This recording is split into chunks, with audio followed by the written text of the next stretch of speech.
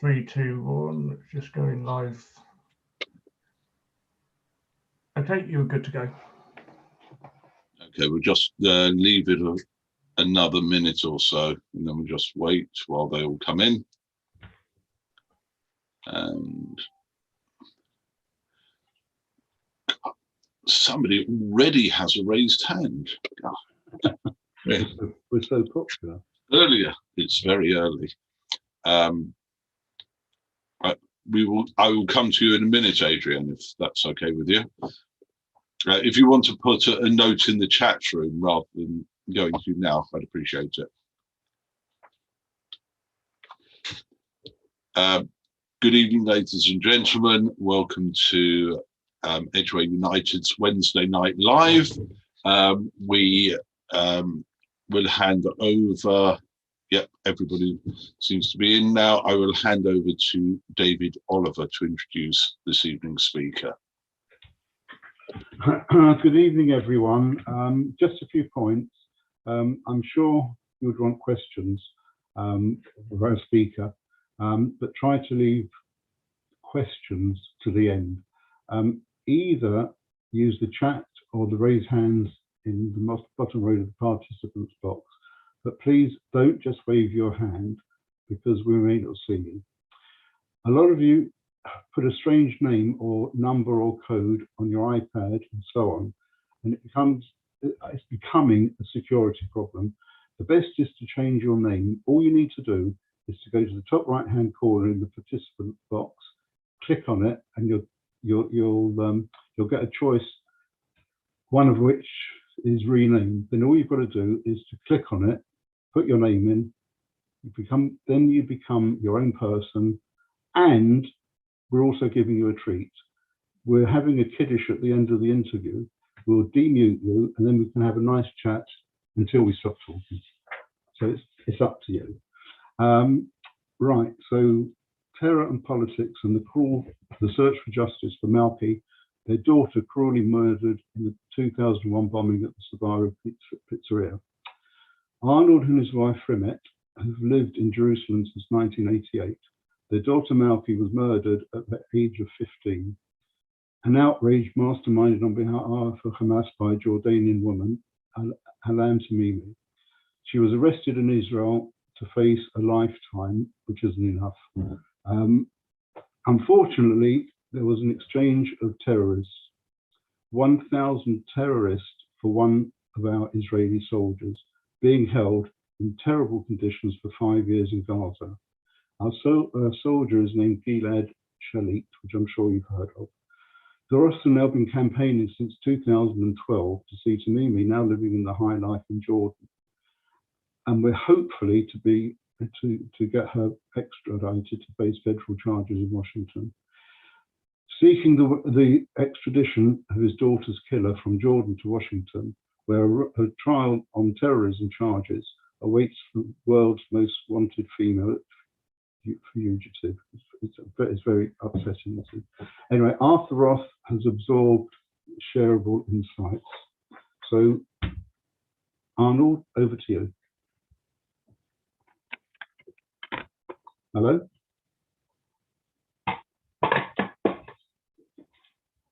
Hello? I'm here. I'm just sorting my screen. I apologize. Let me just put these things down. And there we are. Okay. I'm not seeing myself at this point. Are you seeing me? Yeah, we can see you fine. Okay. So thank you very much for the opportunity to do something that for me is, and has been for quite some time, a passion.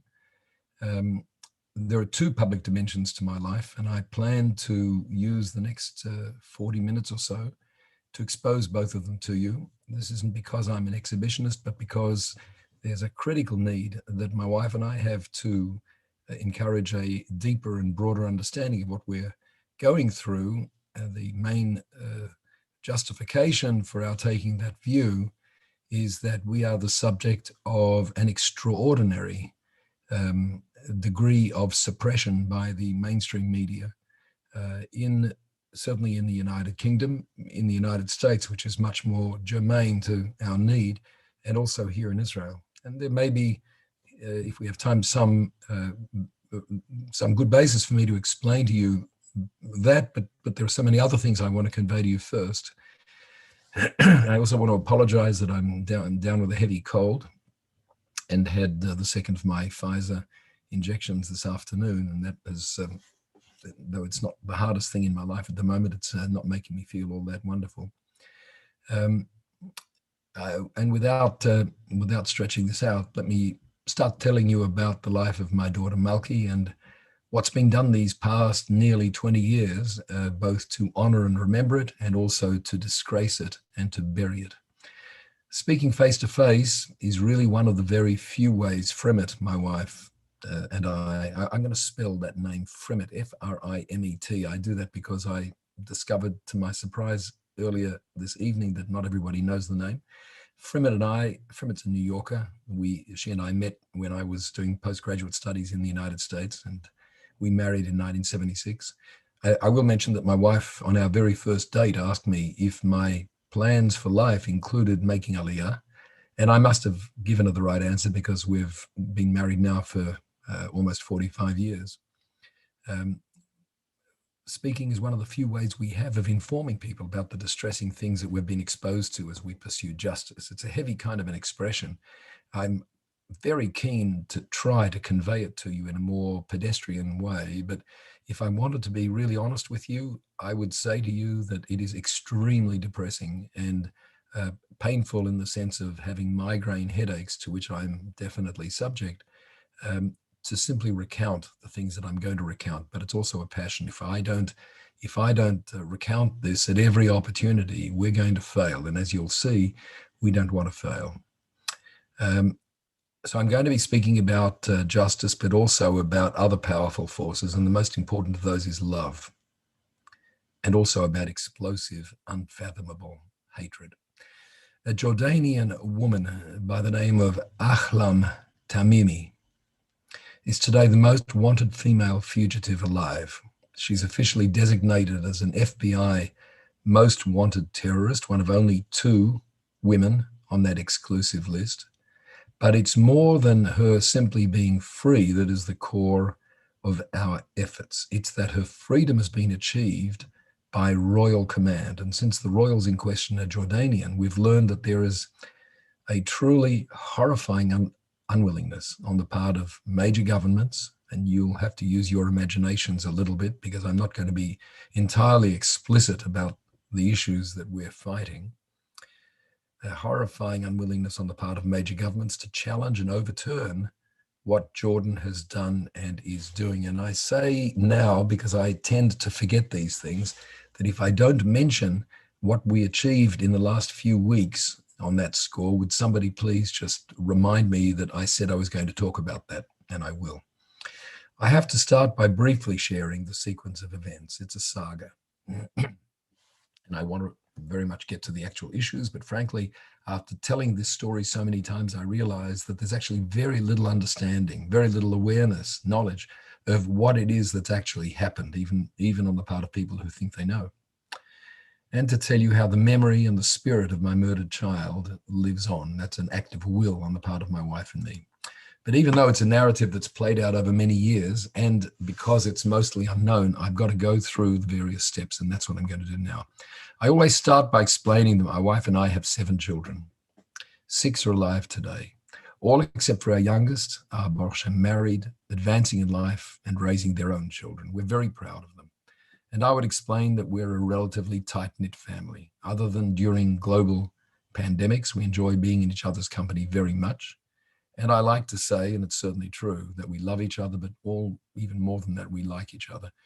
This coming Shabbat will be the first time that most of us, our children and my wife and me, will be spending the Shabbat together. We're planning to have a family picnic in a nearby park here in the part of Jerusalem where we live.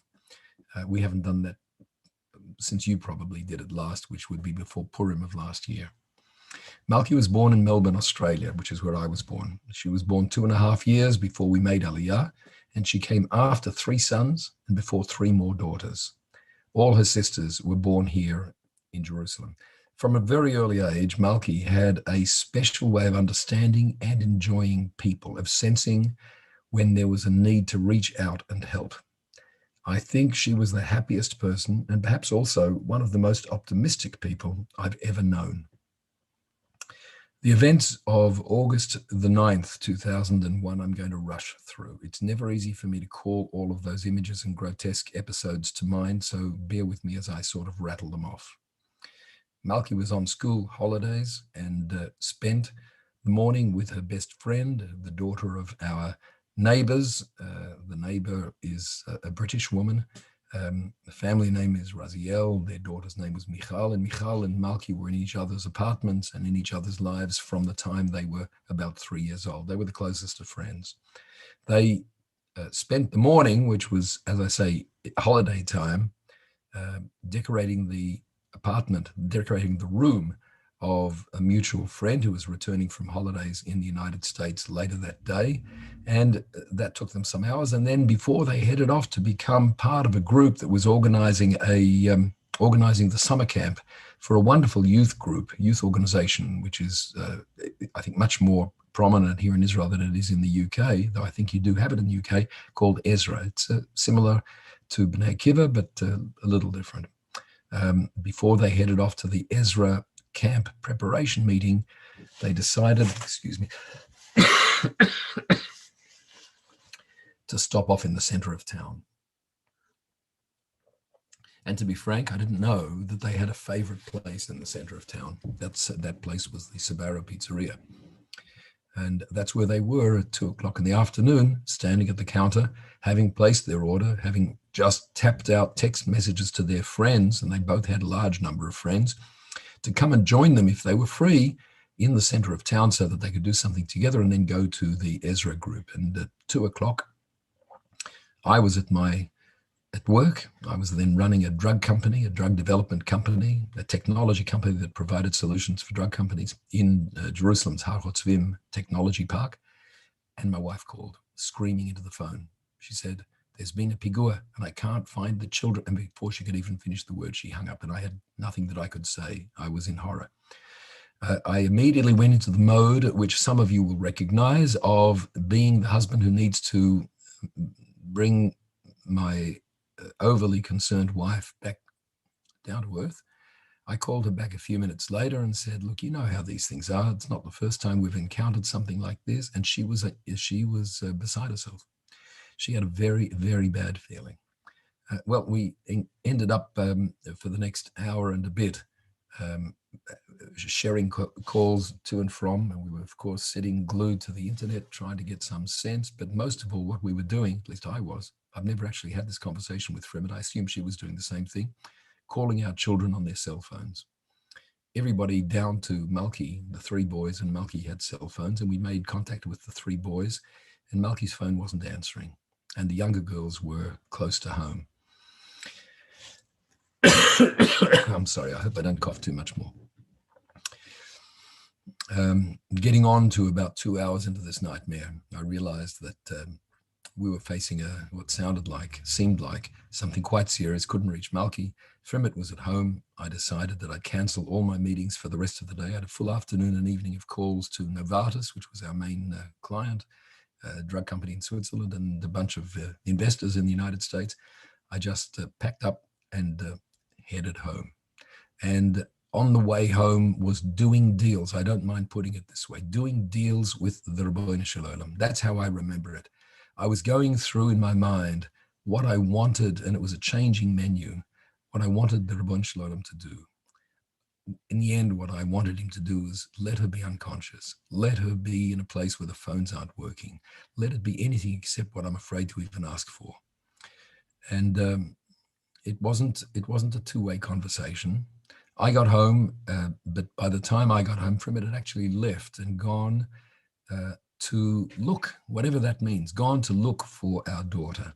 And as I now know, when she left the apartment, she met Mrs. Raziel, Aviva Raziel, our next door neighbor, who I have to imagine, to Fremit's horror, was also looking for her daughter, and they ended up doing it together. They got into the same car and they drove to Shari Tzedek Hospital, and they separated there. The hospital was in a state of bedlam.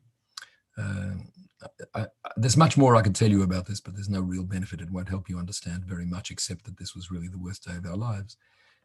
Frimet found nothing there that was indicated anything at all in way of information.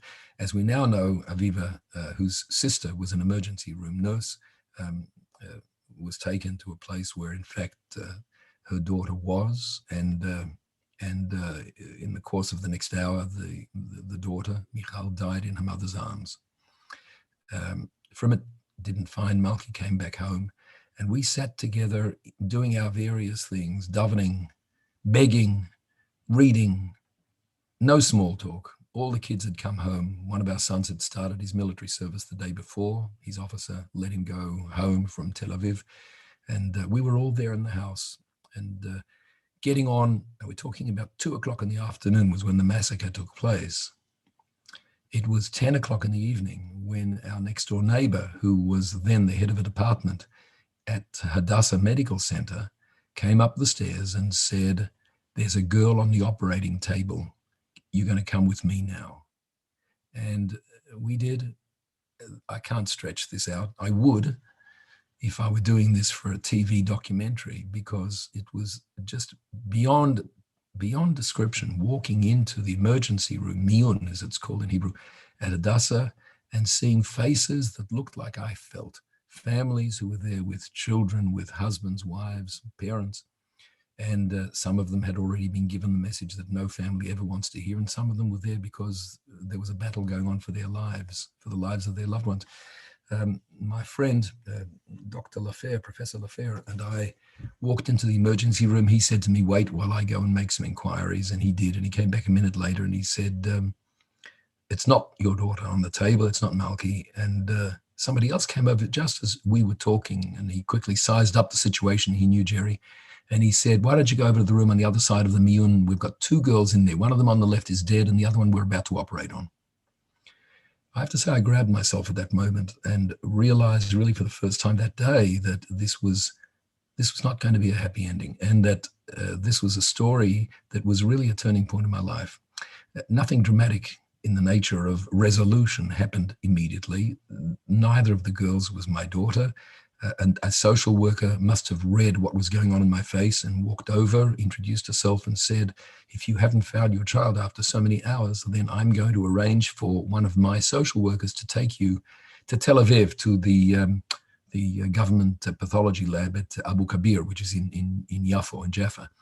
And I did a quick stock taking and realized this isn't going to work for me. I need to go home and be with Frimet. This is really something beyond comprehension.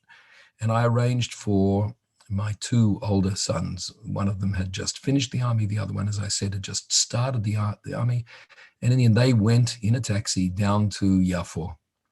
And we went back to arguing with God and praying and hoping. 2 o'clock in the morning, there was a phone call. I picked up the call. It was my the middle son, Shaya. And he said, "We've found Malki. I'm sorry." And I said the bracha, and my wife saw me doing it, and she ran out of the house, and we didn't see her for a couple of hours. Some women who were sitting in our place, really just, I think, to give us some of their strength, went out at a respectful distance behind Frimet. I don't think she even knew that they were there, and just made sure that they always kept their eye on her. There's a lot more to say about that absolutely grotesque night. I'm not going to do it, because I really want to move on to what the strategic issues were. And believe it or not, this is all about strategic issues.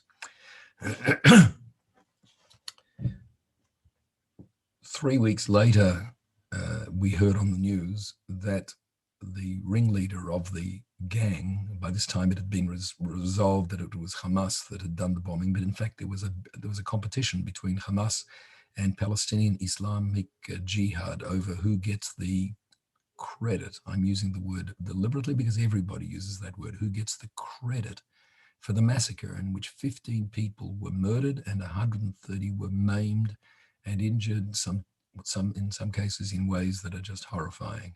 What wasn't mentioned at all in the news at that stage, but which is really something that plays on my mind a great deal, is that there's a 16th victim, a young mother who was there with her 2.5-year-old daughter, who was catastrophically brain injured and has remained alive, but in a vegetative state all those years. There were 2 Americans, and this becomes quite relevant to what I'm about to say, among those who were murdered. One, of course, was my daughter Malki, American not because she was born in America or because I'm American, but because my wife is an American, and all of our children, we registered as Americans when they were born. This turns out to have been something that had significant consequences for what I'm about to unfold for you. The arrest of the woman, Ahlam Tamimi, of course, I've already said, we heard about on the news.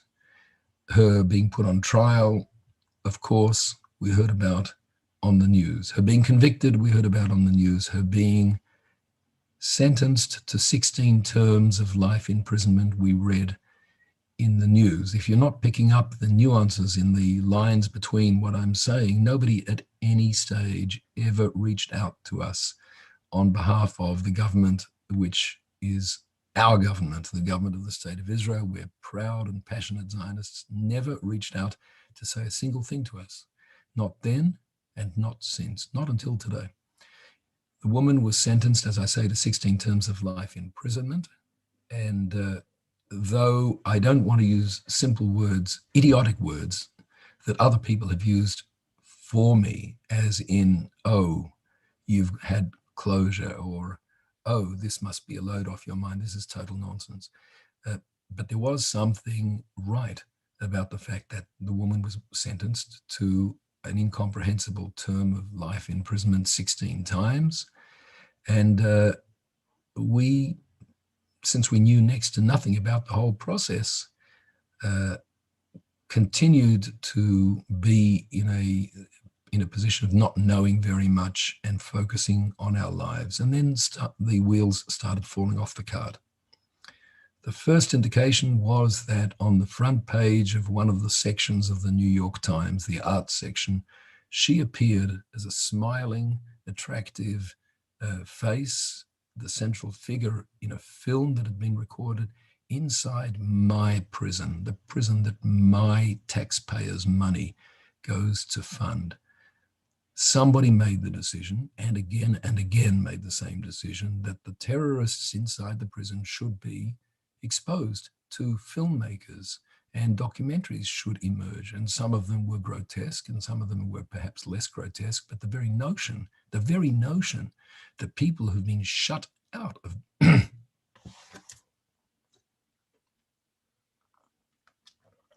people have been shut out of participating in civilized life for very good reasons should have an opportunity to tell their story and to engage in developing understanding and even sympathy. That to me is preposterous, but nobody listens to, and certainly nobody listened to us at any stage in this entire story. So we discovered that there was not only an interest in exposing this woman, among others, but principally her, she's charismatic, to public awareness. And then it happened again and again, as I've mentioned. And then we became aware that there were actual efforts to get her freed. The arguments are irrelevant. I could present them for you, but they're idiotic, irrelevant and idiotic. Until the process of Israel being gradually brought to its knees in order to succumb to Hamas pressure to hand over something, some price, for the release of a hostage held under war crimes conditions by Hamas. Hamas had no business keeping any prisoner in a basement, incommunicado, not allowing anybody, not the Red Cross, not anybody, to have any contact with him. They kept him there for 5 years until their deal played itself out. And their deal was, as many of you will recall, that the government of Israel agreed to hand over 1,027 convicted terrorists in exchange for the life of Gilad Shalit.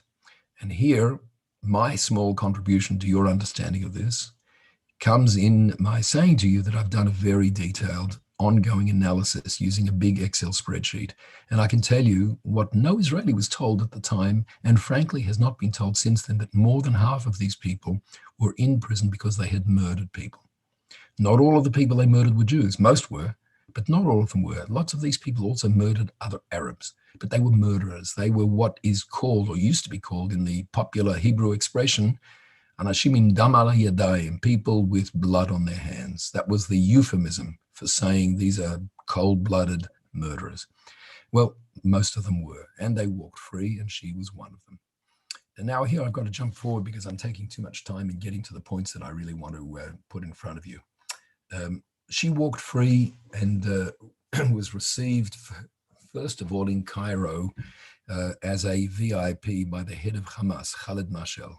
And the same day, she was put on a plane as a VIP passenger to Amman, Jordan. I haven't mentioned to you that she not only is a Jordanian, but she was born and raised and lived in Jordan right up until about a year before the massacre, which she carried out, having selected the site, having played a very active and key role in the gang that carried out the massacre.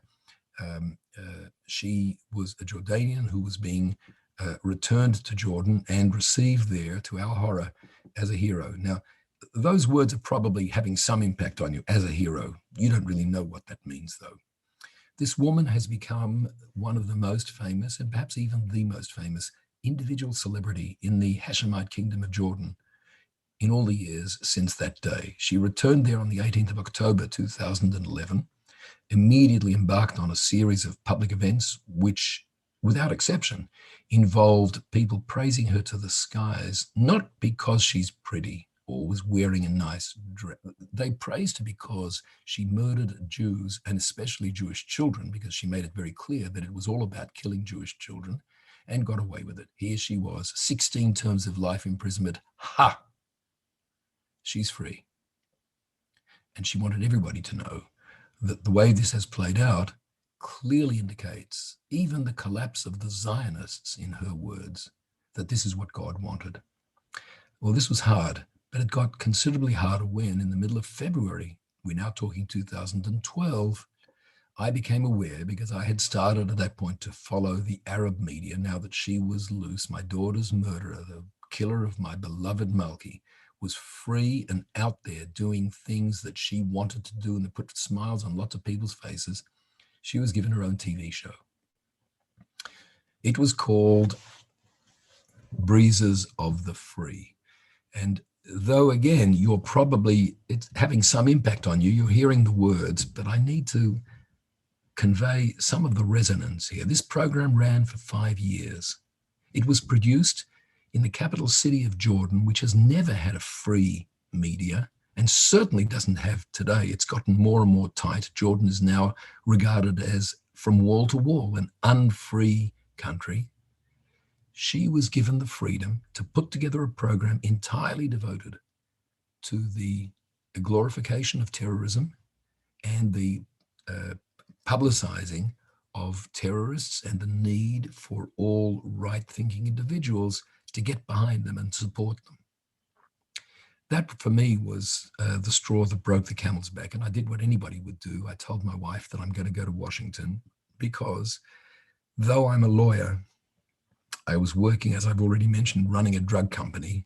But my training as a lawyer, and I worked in Israel for some years as a lawyer and in Australia for many more years before we made Aliyah, I had enough respect for the way the law works and enough ability to learn something about the law and some very good friends in the legal profession to be able to discover two important things. Excuse me, Kat.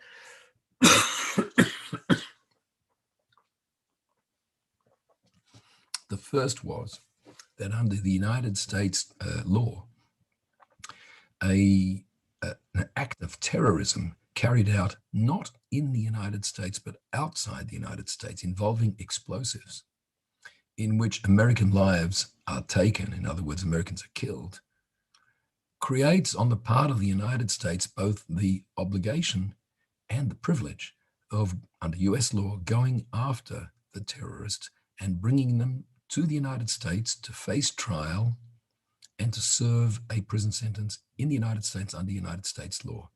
that isn't all that significant until you hear the second thing that I learned, which was, and the United States and Jordan have had an extradition treaty since 1995. Extradition, and I know that everybody says they know what extradition is, but I'll take a moment to just explain it because not everybody does understand it means. That a country that is a party to an extradition contract, we call it a treaty, can call on the other party who has signed into that treaty and say, this person has breached our laws, not your laws, and that person is now a fugitive on your territory, not our territory, and we want you to hand the person over. The only answer to that request is, what time do you want her to be at the airport? That's not what happened. First thing that I have to say next is that having made the decision to go to Washington, and I went there with a lawyer who has remained part of our efforts all these years, a wonderful man with a heart of gold and tremendous skill. We made a presentation, he and I, in front of the top echelon of the leadership of the Department of Justice in Washington and the leadership of the FBI. And we were told, in what was a very emotional gathering, my wife was also there, not physically, because we have a very disabled youngest child and she never travels, but she spoke into my phone on the video camera the night before I left, which was the night before the meeting, and she poured her heart out. And I showed that on a projector in this room filled with some of the most important and capable lawyers in the United States, and there wasn't a dry eye in the room. So that by the time my lawyer and I left, we had a commitment on the part of some of the most important criminal prosecutors in the United States that if they can, they will go after her.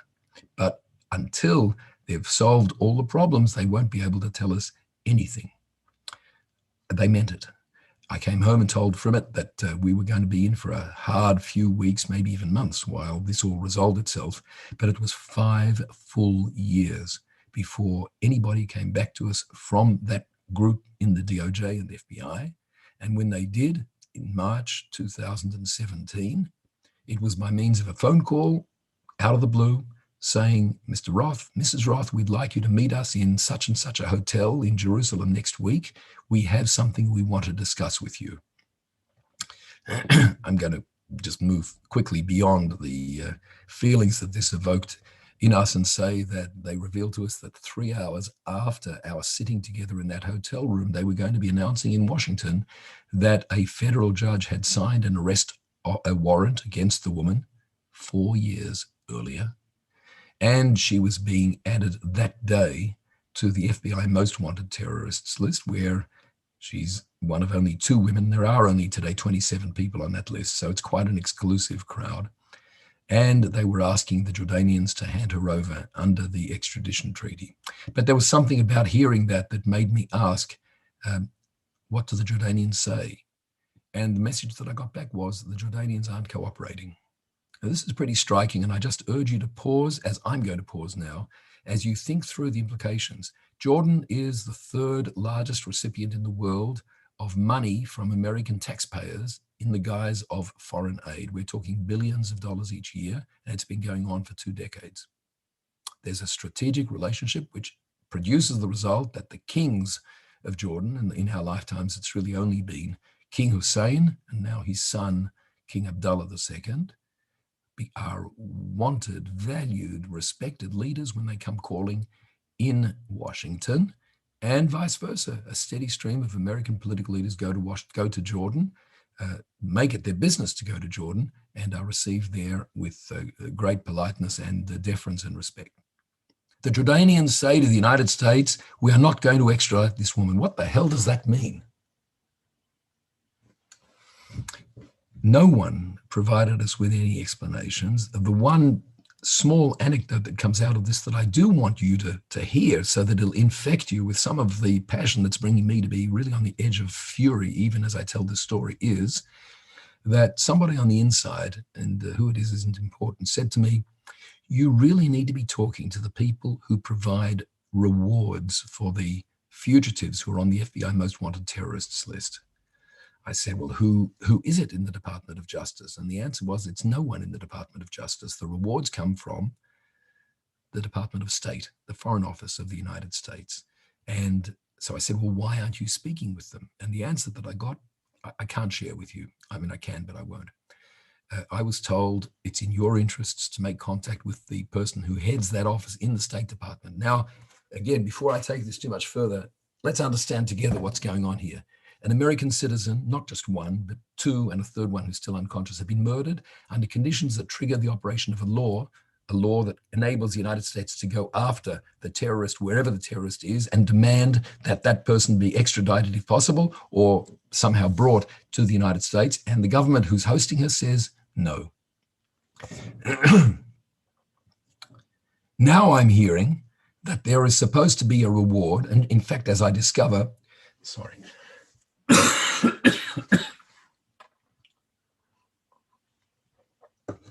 She's the only murderer on the list of terrorists on the FBI most wanted terrorists list who doesn't have a reward on her head. Most of them have rewards of $1 million, $2 million, $5 million. So I get the name of the person who's in charge of this unit in the State Department, which presumably is going to be very polite to me because my wife is an American and the murdered child is an American. And I call the woman who is the head of that office in the State Department, and I leave a detailed voice message because she was presumably out playing tennis, and another one the next day, and another one the third day. And then I realized that no one is ever going to call me back, and they never have.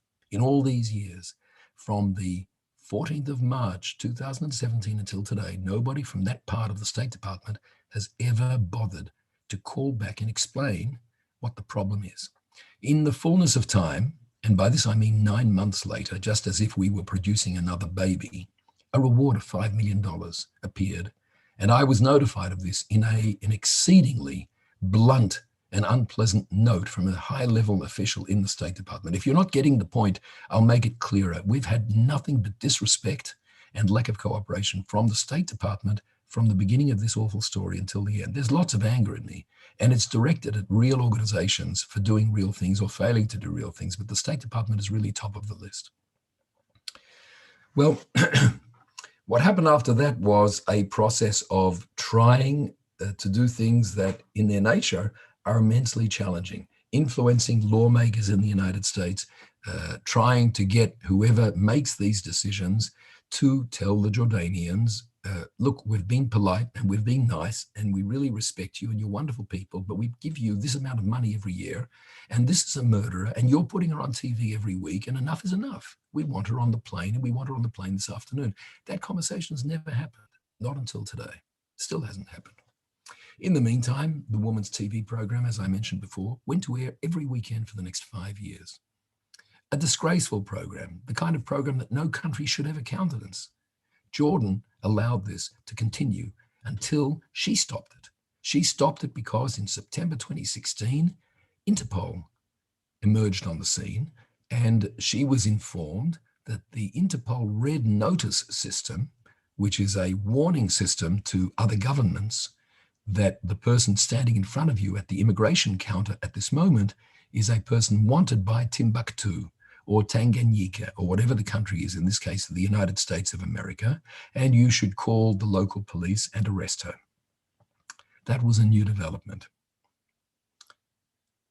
From that moment onwards, she stopped doing her own TV program, and she hasn't continued that TV program, but she's also remained free. Now, one of the unwanted smacks on the side of the head, and we've had quite a few of them, happened just last month when Interpol, which is not a police force, even though many people think it is, and is not an organization that prosecutes people. Interpol is a communications mechanism, a cooperation among police forces and law enforcement organizations around the world. Interpol made the announcement. Actually, they didn't make the announcement. They made the decision, and then the Tamimi family, the family of this unspeakable woman, this murderer who has made a career out of what she did in the Sbarro Pizzeria, Interpol announced that they're taking her off the red notice system, meaning that if she now travels, there will be no warning to the governments that she turns up in front of. And this has been counted as a massive victory for the persistence of the Tamimis and their very many lawyers.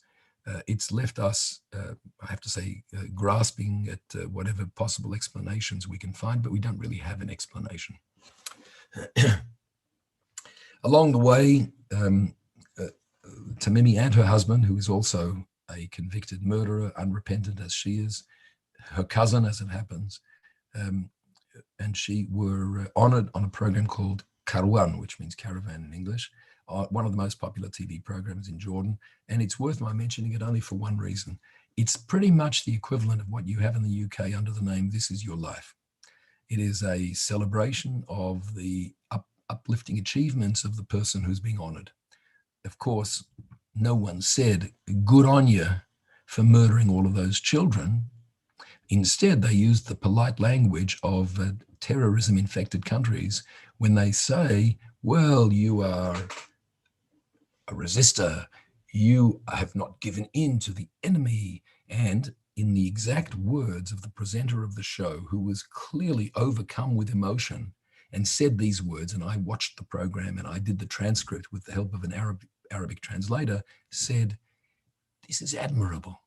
You, the people of the struggle, elevate the name of Jordan. And I want to engrave these words inside your minds, because the United Kingdom has exquisitely good relations with Jordan. So does the United States, so does Australia, and even Israel has peaceful relations with Jordan, not very warm, but peaceful. You, the people of the struggle, elevate the name of Jordan. That's the message that characterizes the role that this unspeakable wretch, Ahlam Tamimi, plays in Jordanian society. Well, along the way, several really disturbing things have happened, and I've really used up too much time, so I'm going to stop. One of them is that using some connections in Washington, which are very hard for us to use because we're not in Washington and we have a very sick child, so I don't travel anymore, we arranged for some pressure to be brought to bear, and eventually a law was passed in the United States Congress in the last month of 2019, which imposes a sanction on any country that A, has a treaty with the United States and doesn't honor it, B, has a flow of foreign aid money from the United States, C, loses the money. Clearly written with Jordan in mind. This is not a happy ending story. There are no happy endings in any aspect of what I'm sharing with you tonight. That law was not respected, and I have good reason to believe that it's been undermined and undermined by the United States in cooperation with Jordan. Anyone who wants to pursue this, I'm happy to pursue offline. I won't do anything about it publicly. The same law was brought in December 2020 as part of the appropriations process, the congressional approval of the budget for the following year. Same law, no sanction has been applied. Jordan continues to laugh. Jordan continues to not respond in any way to anything that my wife or I have said or published or demanded or brought pressure to bear on Congress to say. We've been treated disgracefully by the Jordanians. We've been ignored by the ambassador of Jordan in Washington. About her, I'm prepared to speak openly, but there's no time to do that right now. The current situation is that there is no resolution. There are many organizations that have nominally signed up to be on our side, Jewish organizations. We found it necessary to go to the Jewish leadership of the United States in the middle of last year and ask them one by one, the 50-some members of the Conference of Presidents of Major Jewish Organizations, that's the formal structure, are you with us or are you against us? Now, the good news is that enough of them were with us for us to put out a press release, which we did in June or July of last year, and say we are a consensus issue. American Jewish leadership says that the Jordanians must be pressed to do what the extradition treaty requires them to do, and they're not doing it. And we insist that the United States do something. Well, so Haben sie gesucht, for those of you who speak Yiddish. So they said it. Doesn't really mean that much. I should also tell you that a significant number of American Jewish organizations either declined to respond in any way, in other words, ignored a series of letters from me, or said, no, we're opposed. Jewish leadership organizations in the United States. I'm going to wind up now, and I'll be happy to take questions, but I just want to add one other thing. I'm going to be a little bit enigmatic about this, and then I'm going to say a few things about the Malki Foundation. The enigmatic part of it comes when I say that we sued the United States in December. And I'm not going to go into any of the details because we hope to make a big announcement about this next week. We sued the United States because there are facts in this story that I'm sharing with you. Obviously, with a limited amount of time, there's lots of facts that you haven't heard, but there are some facts that are being actively suppressed. And we've now got some important documentation that demonstrates to anyone who has any interest in this awful saga, demonstrates that actually what the Jordanians have been saying the entire length of this engagement with this awful woman, including giving her shelter and making her famous, demonstrates that they have been dishonest. Unfortunately, it also demonstrates that there has been a less than frank engagement on the part of the United States, but it's not appropriate for me to expand on that in a sort of a partial way. When we do it, we'll do it with a full disclosure. How, you're probably thinking, does this jackass on the camera in front of us stay sane? I wouldn't talk about my wife that way because she has pressures on her that are even more intense than the ones on me, because our youngest child is blind and very disabled as a result both of a genetic problem that we've only become aware of in the last couple of years, and also because of catastrophic mismanagement of her case in a certain hospital here in Israel. The reasons aren't important. The bottom line is that she's 26. She had her birthday yesterday, and she needs care and support and help around the clock, 24 hours a day, 7 days a week. I mention this in a positive way. Of course, I've said that this is a major pressure, and it makes it very difficult for my wife really to conduct a normal life. And this has been going on now for decades. But the positive side is this. Malki, who was only 9 years old when our youngest, whose name is Chaya Elisheva, was born, adored her little sister. And as she grew, as Malki grew from 9 until her life ended at 15 and a half, she became very attached to her sister, loved her sister, never communicated with her sister because her sister is blind, and though she can hear, she doesn't speak and she can't move her limbs. Today she can. She actually walks with my wife's support. It's quite a miraculous story. But when Malki was with us, Chaya, our youngest, didn't walk, but Malki adored her. She would carry her in her own arms into her own bed and keep her close because she wanted her sister to feel the love of another person. I'd like to say that she learned all of that from her mother and me. She certainly learned it from her mother. She didn't learn it from me. But what was inside Malki was extraordinary. And I now know to characterize it as she was a Baalat Chesed in her nature. She was a person devoted to the idea of what can I do to help other people, and I'm not at all asking what am I going to get out of this. That's Chesed.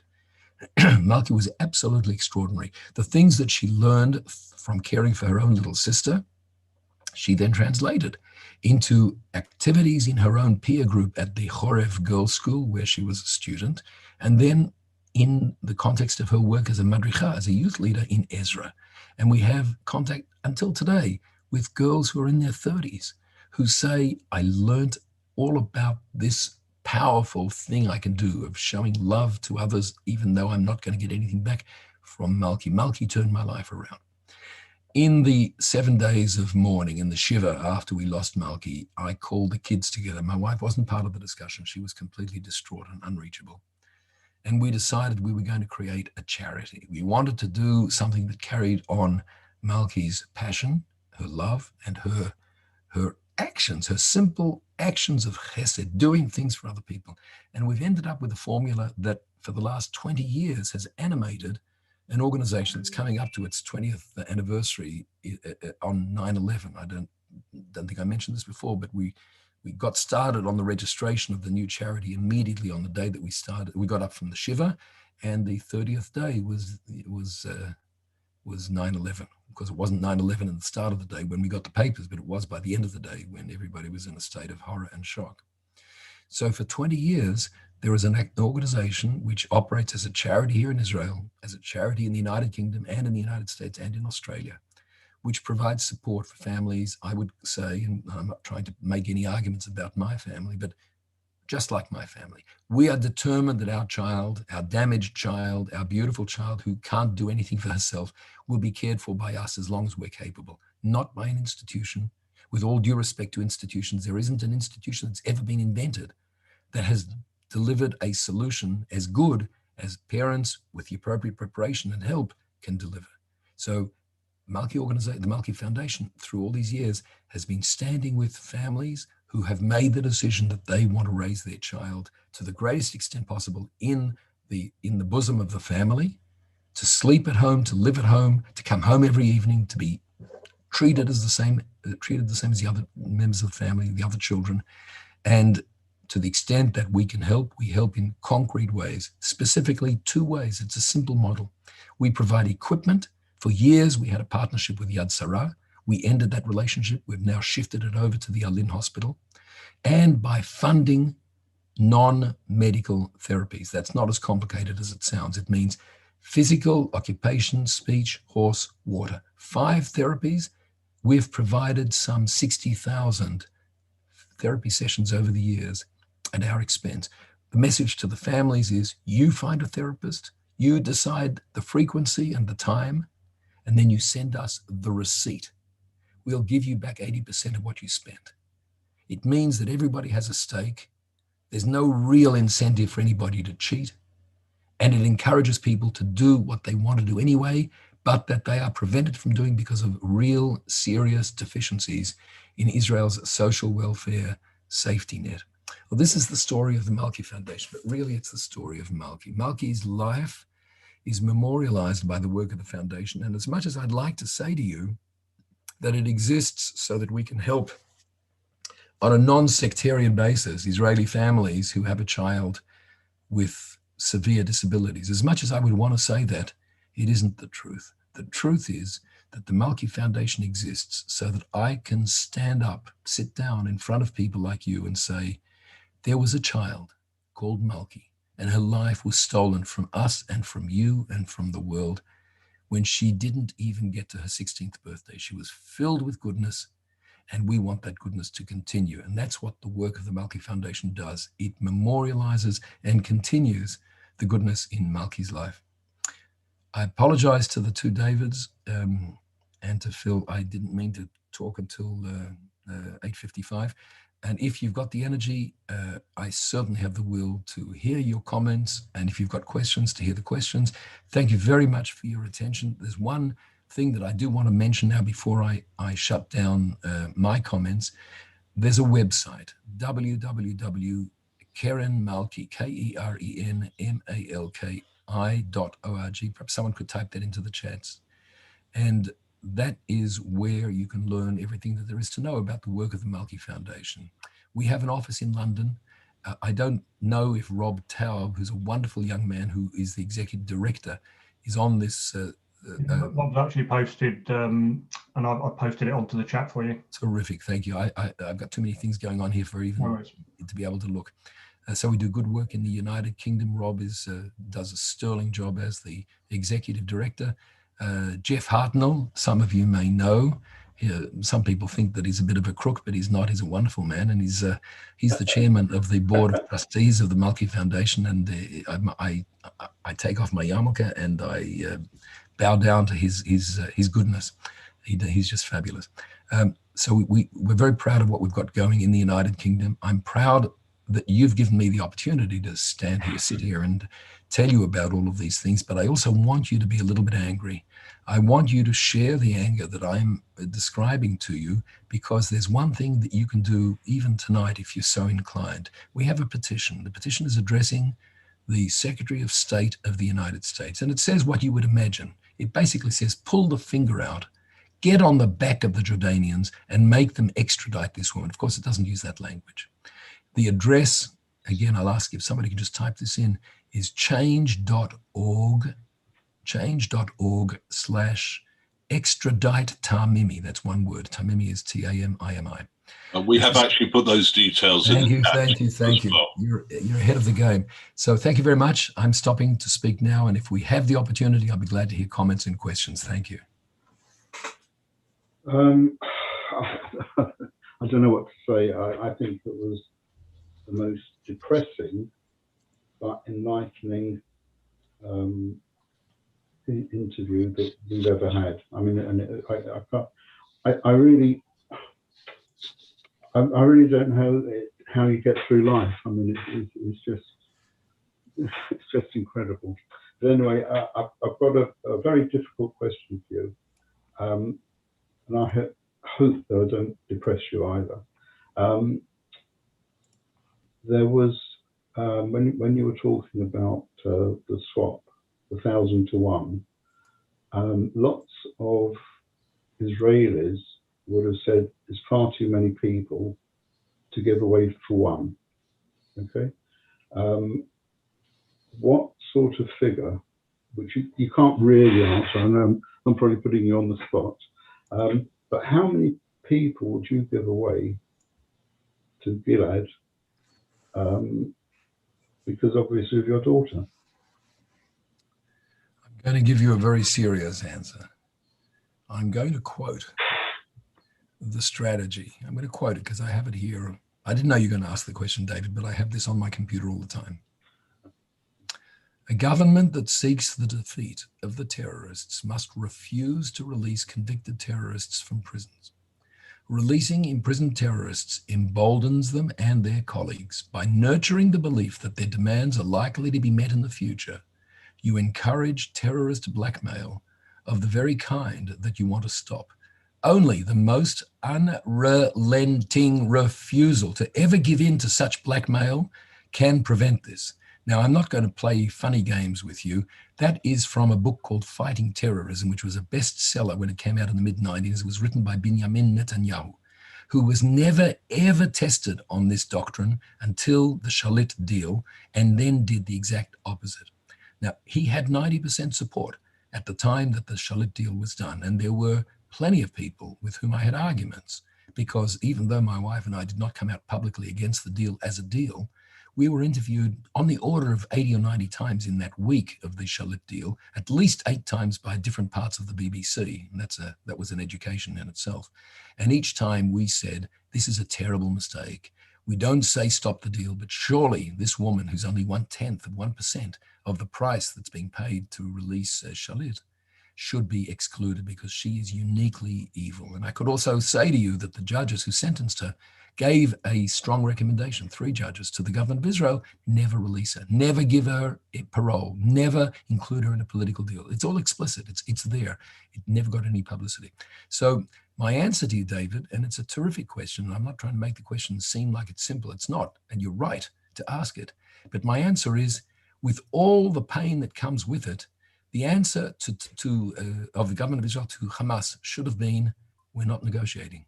Let this soldier free. This is a war crime. And I'm uniquely placed to add the following additional comment. It's often said, and erroneously, that Jewish tradition and even halakha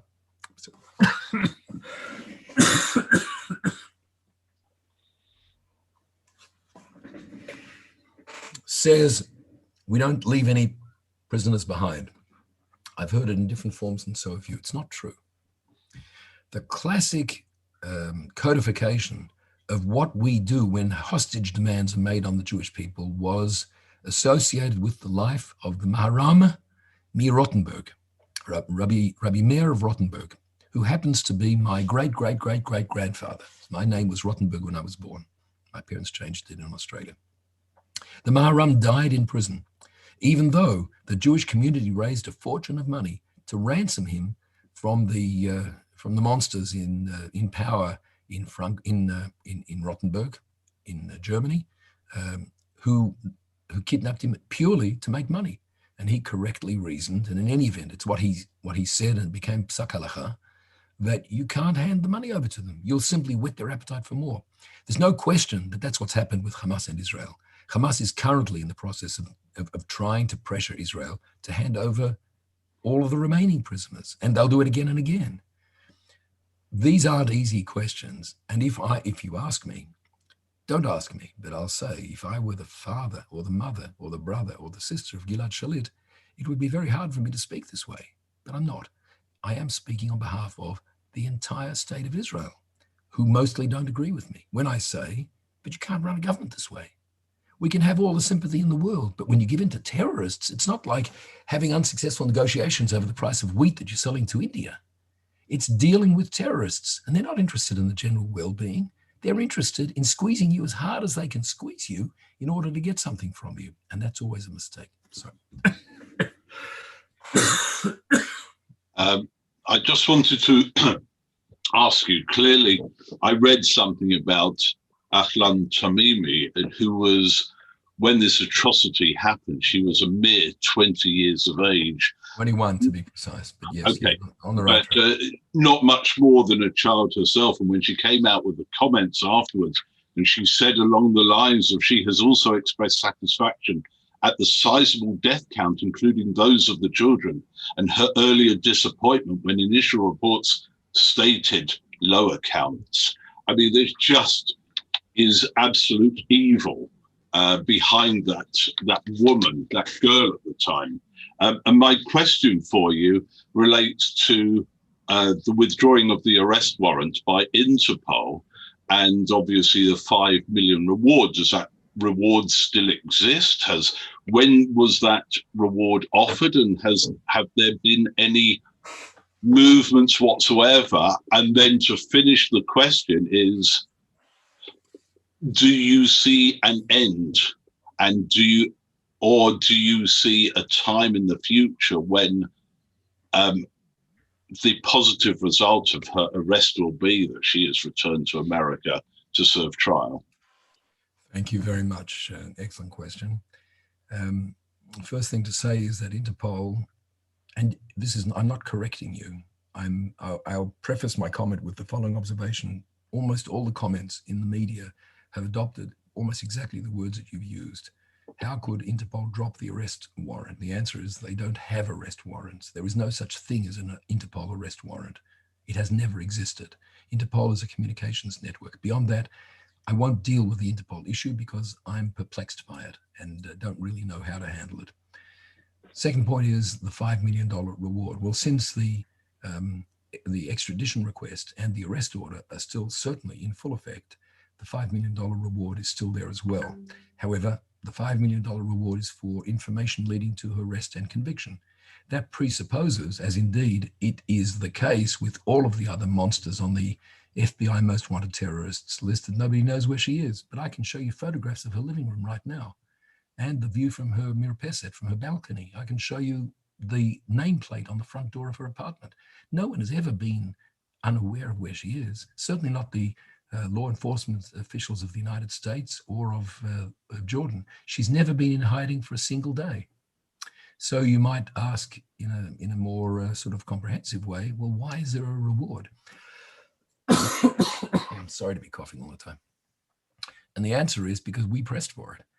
And I have to say at the beginning, we didn't realize that there's something not completely genuine going on here. Everybody knows where she is. Everybody knows how to pick her up, how to arrest her. Everybody knows when she goes to the TV studio or to the university where she's been studying and got herself a master's degree. And nobody is acting. And it's not for lack of capacity, it's for lack of resolve.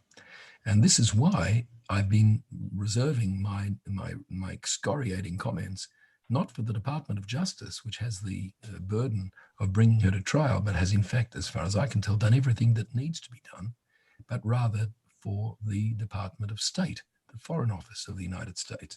There, I'm sorry to say, I'm utterly perplexed. And for those of you who are fans, and there's no Jewish audience I've ever spoken to that isn't full of fans of people like Secretary of State Mike Pompeo, who is, of course, no longer the Secretary of State. I'd like you to know what happened when we contacted him. Nothing. We also published, my wife and I, out of our own pocket, an advertisement on the front page of the Jerusalem Post on the day in November 2020 when he came here on his victory tour, on his final lap before leaving government after the Trump administration lost the election. We knew he was going to be in Jerusalem on a Thursday. We've never done this. We're not an ice cream company. We're not a marketing company. We're a husband and wife looking after a very damaged child, and we have our own problems in life. I called up the two newspapers, Haaretz and the Jerusalem Post. The Jerusalem Post had the more attractive package. I bought a third of the page on the front page. Everybody in Pompeo's entourage saw the advertisement, as did most of the English-speaking Israelis in my circle, and we've never heard a word from him. And I'll go further, and without naming names. I mean, I've named Pompeo because I'm fed up with all of the praise that I heard both before and after he left about how we've never had a Secretary of State as tuned into Jewish concerns as this one, and we should be focusing all of our energies on getting him to make the call. It's nonsense. He could have done it at every stage. He never even bothered to speak with us. He never acknowledged that we exist. And it's not as if it's a small case. This is the most wanted woman in the United States law enforcement system alive today. But there are others as well, people who are diplomats, people who are mid-level officials. The question for us now is, so is it going to be different under a Biden administration? And the answer to that is heaven only knows. I can certainly say that we're making serious efforts, systematic efforts to create awareness among the people who are coming in. There was a potential serious candidate for ambassador of the United States to Israel named in the media today. That somewhat changes the rules. There will be lots of other appointments to the State Department, particularly to the Near East affairs parts of the State Department. But, you know, I don't want you to come away from this thinking that here I am a diplomat, or here I am someone who has agents all over the world or has lobbyists working. This is a husband and wife doing this because of, where is it? I'm sorry, I'm mirror image here. Because of my daughter. This is about getting justice for a murdered child. And it's not as if we're asking anybody to do us a favor. This is what American law requires. There was something that I didn't say at an earlier stage, which I think I really need to ram home. I normally save this for American audiences, but you're not Americans, but maybe you know Americans. When I said that there's a law that I learned about that says that if terrorists kill Americans, an American outside of the United States, and that the Americans will take that as an obligation and as a privilege and bring that terrorist back to the United States, how many times do you think that's been done in Israel? You don't need me to tell you that many of the victims of Arab terror in our country, in Israel, have been people with American citizenship. Some of them were dual citizens, Israelis and Americans. Some of them were tourists. How many of them have triggered this law? Well, you don't have to even look at me or shake your heads or make the effort. None. Not a single one. The law had been on the books for more than a decade at the point when I came to the highest level law enforcement officials in the United States and said, this is the law, as you know, and I'm asking you to apply it to the case of the murderer of my child and of the child of my friends, the family X. I'm not going to mention their name. They don't want to be publicized. The other victim who was murdered, the only child of her parents who was pregnant for the first time. She was murdered, and she was only a tourist. She wasn't even living in Israel. I said, I want you to do what you've never done before. What I wanted to say, but was too politically correct to say, was, and you ought to be ashamed of yourselves for never having done this before. But in the end, they did it. I have no complaints about the Justice Department. I don't have the breadth of forgiveness or of kind nature to say anything nice about the United States State Department. For that matter, I have nothing nice to say about parts of the United Kingdom's government, particularly the Foreign Office, for other reasons. Some of you may remember that I've been on the front page of both the Jewish Chronicle and the Jewish News over issues concerning the BBC, in particular BBC Arabic, and the way in which they trumpeted the case of Tamimi in October and November of last year. I don't know what it is about people who are in government, but some of them appear only to be facsimiles of human beings, entirely lacking normal human nature and a sense of what's right and wrong, and in particular, a sense of justice. Actually, David got in the way, actually, because what I was going to, can I just go back to the question? because you didn't really answer what I said, but I understand exactly what you meant. My intention was good, so come back to the question, David, and I'll try to give you a better well, answer. the question was the 1,000 to 1. Now, I understood exactly what you were saying. If you asked me, and one of my family was kidnapped or whatever, 10,000, 20,000, 30,000, you can't put a number to it, because for me, I would give everybody away to get my family back. And it's just something that I just find it very, very difficult. Very difficult. It is very difficult. It was never presented as being something difficult. In fact, it was being presented in a completely dishonest fashion when it was said again and again by public officials in this country, we have to do everything possible, everything, underscore the word everything, to get Gilad Shalit back. To which I said to every reporter who turned to me, if they had asked for 15 virgins to be slaughtered at a site in Jerusalem so that Gilad Shalit would be released, would you have done it? Don't waste my time. The issue here is much larger than the pain of a family. You're not the prime minister in order to meet the needs of a family. You're the prime minister who has to juggle often incompatible claims, and you need to do it with the entire country in mind.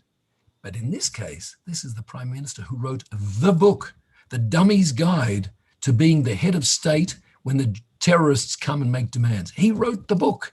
And he made a lot of money out of it. It was a bestseller. And the very first time he was put to the test, he did the exact opposite of what he was telling everybody else to do. And we're paying the price today. That's before I even start talking about how many Israelis have been murdered by people who were released in the Shalit deal, about which you'll know nothing. The connection is never reported. Okay, can I give you an easy question now? What are you a professor of? Me, a professor? Are you a professor? I'm not a professor, no. I thought you were. Okay, can you take that one back? It's getting quite late, isn't it? But if already you're saying that, we do have, and I won't name any names, but one of our children is a professor, the head of a department at an Israeli university, but it's not his dad. I worked as a lawyer and as an entrepreneur in the technology industry, but today I am retired and pretty much devoted entirely to being the honorary chair of the Malki Foundation. It's not a paid position. I've never taken a penny from the Malki Foundation, and conducting what is a years-long battle to see justice done to bring the murder of my child to trial in the United States. I just wouldn't know how to live. The time goes by, but you can never not think about her, can you? I wouldn't think that. No, even if you do think about it, David, until you're in that position, there's no roadmap. You've got to do what feels right at the time. I never imagined sitting on the floor with my children, as I did during the Shiva, and saying, they've murdered Malki. How do you think we ought to make a memorial for her? I mean, even just running those thoughts through in my mind makes me realize how far I've come since then. This was incomprehensible, walking through this. Everyone here has suffered loss. I've never been in an audience where I'm the only one who's lost a loved one, even a child.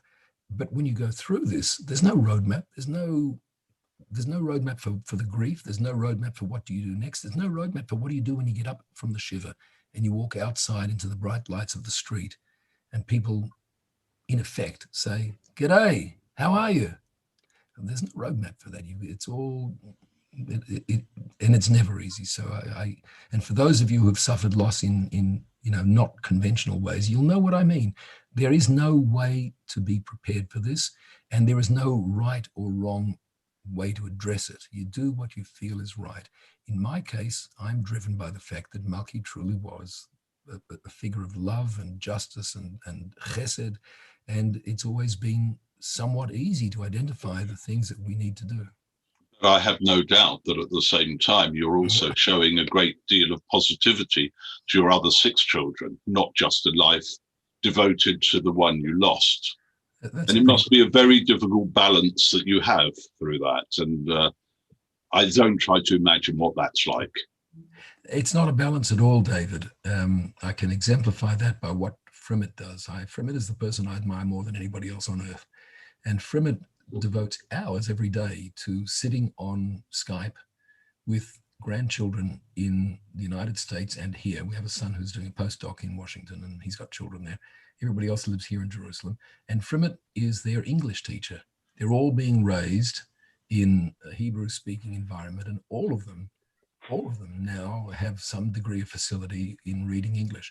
Is that a challenge? Is that hard? I don't think so. I think that that's one of the things that, you find compensations in life. And thankfully, we don't have a split family. We're tight. We enjoy each other's company. That's a blessing. Thank you. We've got a question from Victor. Victor, are you there? Would you like to unmute yourself? Yes, hopefully he's actually a Scouser, so please talk. Yeah, if you could speak with a London accent, please, so we can. Scouse is somebody from Wales? No, it's from Liverpool. The place Liverpool. It's from Liverpool, the place you came to visit a few years ago to speak to us at the forum. My apologies. Didn't mean any disrespect. obviously we left a great impression on you. You did, absolutely. Don't say that. Johnny Cohen is a figure larger than life for me. Amazing guy. Yeah, Mike, and once again, tonight your talk has been quite staggering and amazing. But my question to you is that we've heard about your involvement with or lack of involvement with the State Department and your attempts with the Americans. You also said that there has been negligible, I think the word you said was nil, acknowledgement from the Israeli officials or government. Could you expound a little on that? Because you are an Israeli citizen. No, I can't. And frankly, I didn't even say it as assertively as you've said it. I'm not saying that you're not right. I'm saying I didn't say it. Look, there is a certain red line, which is something of a combination of political sensitivity and just the sense of not wanting to not wanting to show dirty linen in public. It's enough if I say that at no stage did anybody ever reach out to us at any stage from the time that Malki was murdered until today. There is a single exception. The exception is really the exception that kind of proves the rule, and that is the head of the Pardons Board of the Ministry of Justice, to whom my wife had written several times during the couple of years leading up to the Shalit deal. The head of the Pardons Board, who was the one who eventually put together the list of who walks free, phoned me on my way to Shul, Erev Sukkot, I remember, in October 2011, and said, I'm not contacting anybody else, but since you people have been calling me, it's my sad duty to tell you that, yes, the woman is on that list. With that exception, there's been nothing. But I'm not going to rubbish Israeli politicians here on this call, other than in a kind of roundabout and rude way, say, I don't really respect politicians almost anywhere. I don't like politics. I especially don't like Israeli political culture. And I'd be glad to justify that on another occasion, but I don't want to make it about people. So yours is an excellent question, Victor. I'm not trying to make the question small, but beyond saying that we haven't had any support from the government of Israel, I won't take it any further at this stage. Thank you. I can see we've got somebody from Netanya. Charles Goldstein, sorry. Can I just ask you to just hold on for a sec? Just hold on for a sec while I walk out of the room, just get myself some water. I'm really choking here. Yeah, I think we should make this the last question then. Yeah, there's no other questions, David, anyway. No, there aren't. Yes, there are. Charles Goldstein. Yes, he's muted. No, I meant apart from Charles. I'm just waiting for him to come back. Yeah. There you are. All right, last question.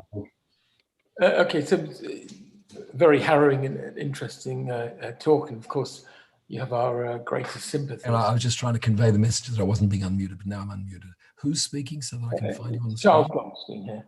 From Netanya. From Netanya. I'm trying to see you. He's in the top left-hand corner. No, He would appear in a different place depending on the screen. Charles Goldstein? Goldstein, yes. Got you. I'm looking at you right now. Thank you. Good. Talking from Netanya, a little, not so much Jerusalem. I just said that a very interesting and harrowing story, and of course you have our greatest sympathies. And, you know, words cannot express one's feelings and situation. You know, sympathise. I'm just wondering, you know, what's the way forward to trying to bring Ahmed Tamimi to justice, to be able to bring her to America, to be able to extradite her? I mean, how can you know, you've made a lot of effort already, and relying on the State Department. What else can be done, and where do you think this is going to, you know, pan out eventually? Fine question. Charles, I want you to know that I don't feel that we're stuck. And I feel that all of the efforts that have been unproductive have all been prologue to the things that are productive. I've already said that in the next week or so, we expect to make an important announcement. Important is really the word. We now have information that has never been revealed in the news, which changes a great deal. We are now in a new administration.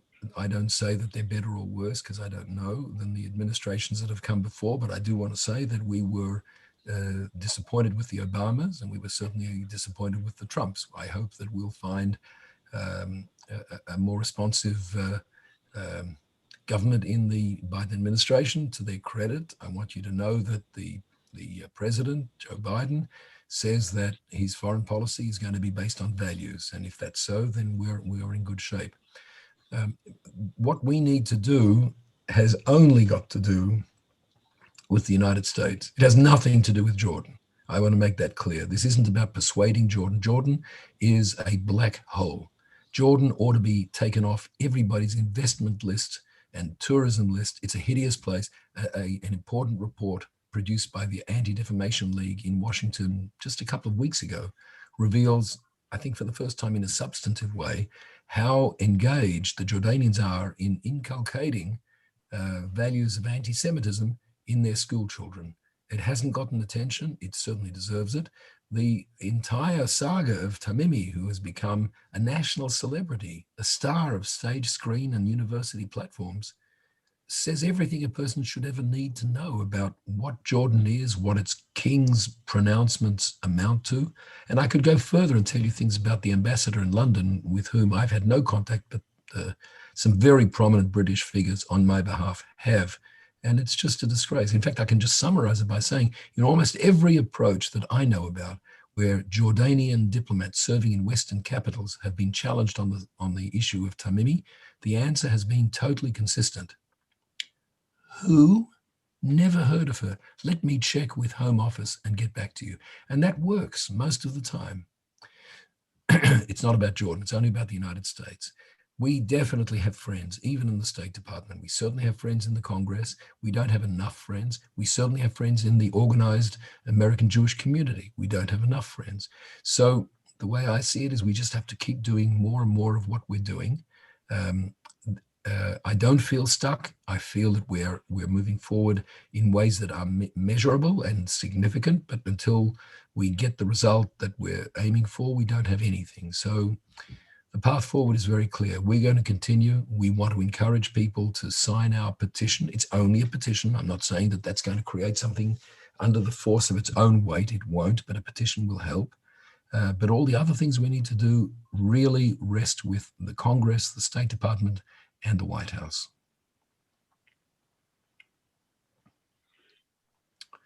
Thank you. Do you live in Netanya? Is Netanya your home today? Oh, you're muted. Just say yes or no.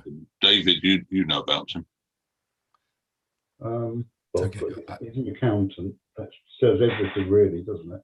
Half the time he lives in Netanya. Well, it's probably more than half now, isn't it? But he has a very nice life. And he's promised us, I hope your wife's not listening, but when we're in Israel, we can come and stay with you. My wife's very much looking forward to that as well. Anyway, I think... David, before you leave that point, anyone who wants to see the work of the Malki Foundation and finds themselves in Jerusalem should simply reach out to our office or to Rob Taub in London. We'll be delighted to simply walk you around the things that we can show. Most of our work is done behind closed doors with families, and it's empowering them. It's giving them the ability to do things, but there's lots of other things that we can show, particularly in the Alin Hospital. So I hope you'll take that seriously. The work of the Malki Foundation is not just a cause. It's really something holy in my life. Absolutely. I also can't say enough about Eileen as well. I've been working voluntarily for Al-In for the last 50 years. And I've been chairman of the UK charity for the last 25 years. So I've been supporting Al-In for a very long time. And as you say, they do a fantastic job. And if they can help you in any way, you can help them, then kol hakavod to everybody. Can I just, don't answer it if you don't want to, because it's not really, I don't want you to last for another half an hour. But I'm very concerned now about the fighting and everything that's going on, let alone in Israel, mostly in Yerushalayim, isn't it? How bad is it? Look, it would be presumptuous for me to sound like I'm somebody worth listening to on this. I can only say that it'll stop when the Arabs want it to stop, and it has nothing to do with the causes that are being attributed to both the Arab leadership and to the street rioters. This is all artificial, as all of these confrontations are. They're being whipped up. The rockets from Gaza are really coming from the same cause. The Palestinians are in a difficult situation now. The Fatah, Abbas, part of the Palestinian Authority, are weak. There's very little chance that they're going to win a popular election. They'll probably lose. That means that Hamas will probably win. And that creates all sorts of scenarios where the Palestinian Authority cannot lose. They say to the world, and the idiot journalists swallow what they say, Israel is creating an impossible situation by not allowing our people to vote in Jerusalem, as if it's the most natural thing on earth to conduct the Palestinian Authority elections in Jerusalem. And instead of being open about it and saying, we don't want to have elections because we're almost certainly going to lose after 14 years of a 4-year term of office, they say, well, the Israelis make it impossible for us to have elections. And then to underscore the point, they arrange for the rockets to be fired and for the people with the rocks and with the guns and with the knives to rampage at Damascus Gate and so on. So where is it going next? Anybody who tells you they know is bluffing. It will end when the Arabs make that decision. In the meantime, I don't think anybody should ever criticize what the Israeli side is doing in this. Enormous restraint is on display there every day by the soldiers and in Mishmar Gabul, the border guard people who are policing the Damascus Gate area. And this will probably spread to other parts of the city, but so far, thankfully, it has not happened. As always, we rely on the Shomer Israel. And the more we daven, the more he'll know how serious we are about needing his intervention. Okay. David, I've just got one that I mentioned right at the beginning that we're going to have. This is nothing to do with that. I mentioned that we'll have a kiddush after we close down, so we'll be mute anybody. But I must tell you, David, somebody is going to say, we're having a kiddush. Where's the drink coming from?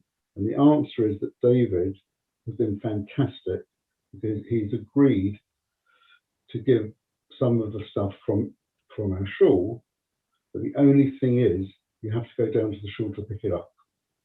So after that, I hope not many of you will go, but anyway, David, over to you. Thank you for that, David. Before you start offering things, Robbie, I wish you'd discuss them with me first. When have I ever discussed Thank you. Thank you, Arnold, for being with us this evening, for sharing the trauma of something undescribable. And all I can hope, and I'm sure everybody else does, is that justice prevails and that before too long, Tamimi is returned and justice is served. And our thoughts are with you. And I thank you for being here. And I wish you well. I wish I think you said it was your youngest daughter's 26th birthday yesterday. And we wish her happy birthday.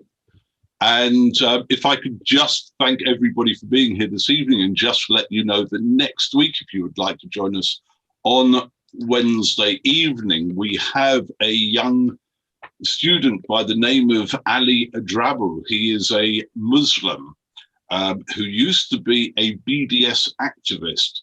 He will be joining us next week and speaking out against anti-Semitism and Islamophobia He has been a student and a graduate of the Stand With Us Emerson Fellowship Program. And of course, Stand With Us, an Israeli charity, it's an educational organization, and it in itself, it fights anti-Semitism around the world. So please join us next week. It should be very interesting.